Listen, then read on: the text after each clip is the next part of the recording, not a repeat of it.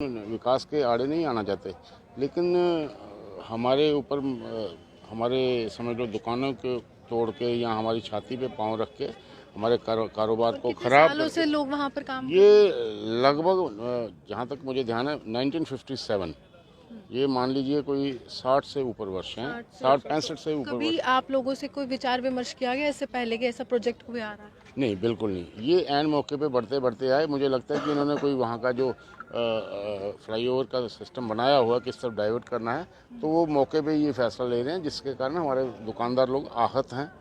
इनको ऊपर जो तलवार लटकी हुई है कि कल हो सकता है कि ये बेघर हो जाएं, और इनके पीछे दीवार और आगे खाई है, कोई रास्ता नहीं है। विकल्प कोरोना एक काल ने वैसे अध्यक्ष जी से अभी आपके सामने ही बात करनी है। मुझे लगता है तो भाग गए। नहीं, वो यहीं है, वो गए होंगे कहीं पे बाथरूम वगैरह, वो कहीं नहीं जाने वाले।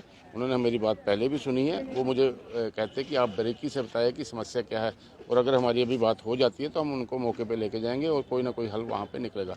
मैं तब तक इन दुकानदार भाइयों के साथ हूँ जब तक इनका कोई हल नहीं निकल जाता। मैं सदैव दिन रात सुबह शाम जब भी ये चाहें मैं इनके लिए तैयार हूँ। फिलहाल इनकी दुकानों पे आपको लगता है कि रैना जी जो है उपराज्यपाल से बातचीत करें? बिल्कुल करेंगे, बिल्कुल करेंगे। उपराज्यपाल बातचीत के बाद भी जिस तरह से रवैया प्रशासन का रहता है कि अगर उनको कोई प्रोजेक्ट लाना है तो लाना है, वो हटते नहीं है पीछे। अगर हटे नहीं तो फिर क्या? देखिए, किसी की रोजी रोटी पे लात मार के मुझे नहीं लगता कि कोई भी प्रोजेक्ट है वो सफल रहता है। तो इनको अगर कोई ऐसी बड़ी घोर संकट है कि तो इनकी दुकानें जाना तय हैं, तो उनको साथ में रिहेबिटेट करेंगे।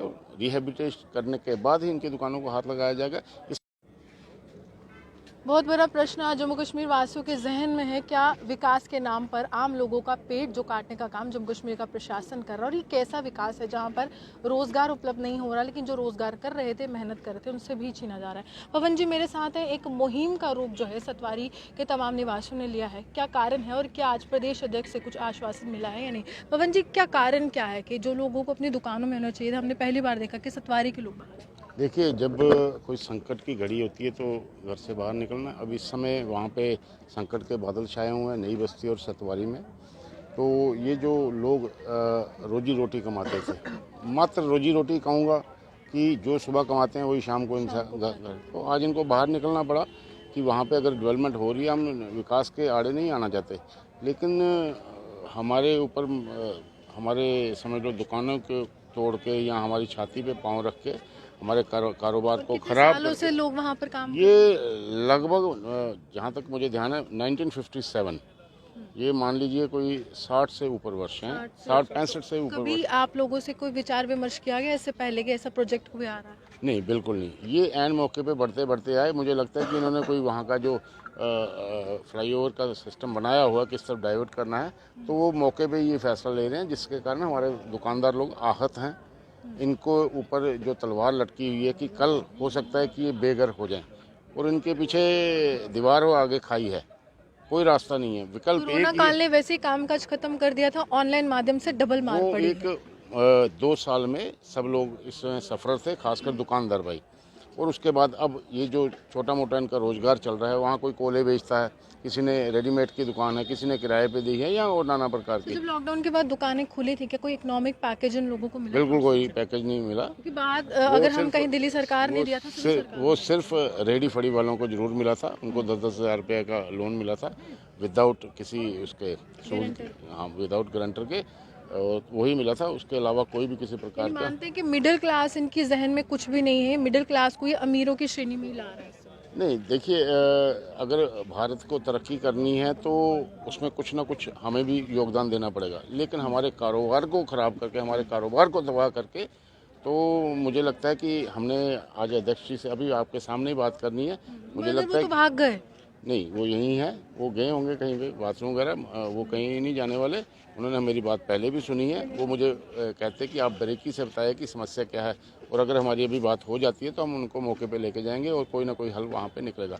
मैं तब तक इन दुकानदार भाइयों के साथ हूँ जब तक इनका कोई हल नहीं निकल जाता। मैं सदैव दिन रात सुबह शाम जब भी ये चाहें मैं इनके लिए तैयार हूँ। फिलहाल इनकी दुकानों पर आपको लगता है कि रैना जी जो है उपराज्यपाल से बातचीत करें? बिल्कुल करेंगे, बिल्कुल करेंगे। और उपराज्यपाल बातचीत के बाद भी जिस तरह से रवैया प्रशासन का रहता है कि अगर उनको कोई प्रोजेक्ट लाना है तो लाना है, वो हटते नहीं है पीछे। देखिए अगर हटे नहीं तो फिर क्या होगा? देखिए किसी की रोजी रोटी पे लात मार के मुझे नहीं लगता कि कोई भी प्रोजेक्ट है वो सफल रहता है। तो इनको अगर कोई ऐसी बड़ी घोर संकट है कि तो इनकी दुकानें जाना तय हैं, तो उनको साथ में रिहेबिटेट करेंगे।